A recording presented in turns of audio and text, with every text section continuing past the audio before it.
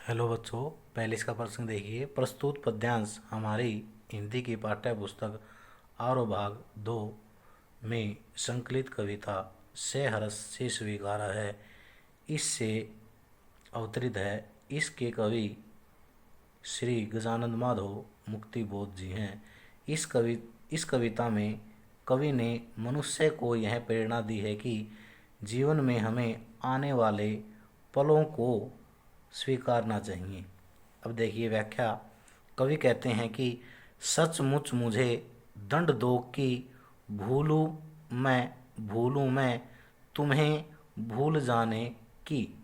कवि उस असीम ईश्वरीय सत्ता को संबोधित करते हुए कहता है कि मैं आपको भूल जाने की जो मैंने भूल की है, उसके लिए आप मुझे वास्तव में दंडित करें। और दक्षिणी ध्रुवी अंधकार अमावस्या, जिस प्रकार से दक्षिणी ध्रुव पर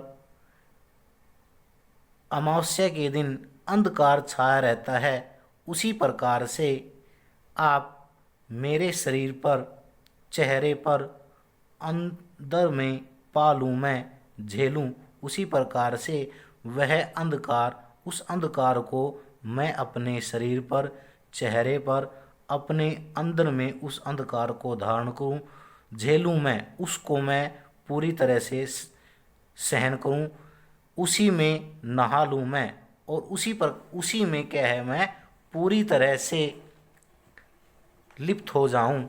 आगे कवि कहते हैं कि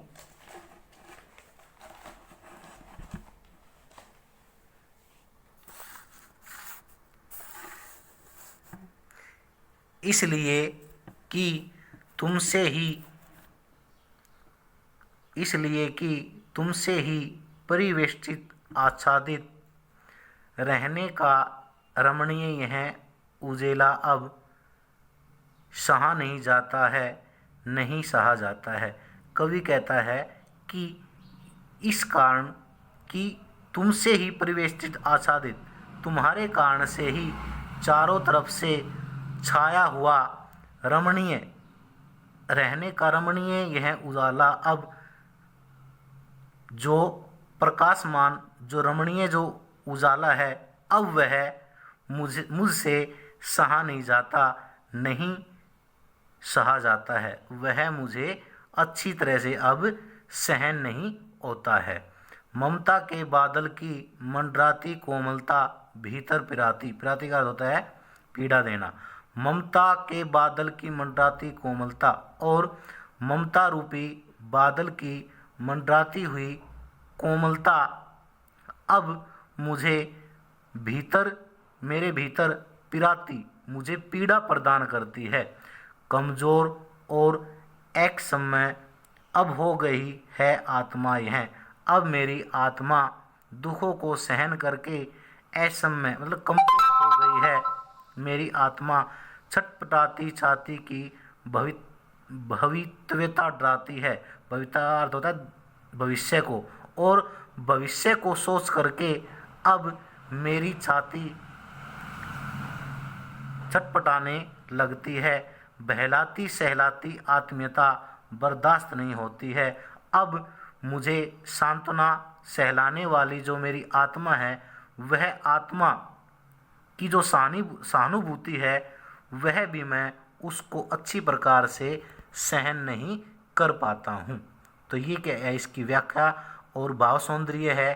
कवि ने बताया है कि ईश्वर जो है वह सब कुछ है, और ईश्वर को भूल जाने पर मनुष्य एक प्रकार से बेसहारा हो जाता है। और कवि कहता है कि ईश्वर को कभी भी क्या नहीं भूलना चाहिए। इसमें शिल्प सौंदर्य देखिए। प्रसाद गुण, शांत रस, अभिधा शक्ति, मुक्तक्षण, तत्सम, तद्भव शब्दों का प्रयोग किया है।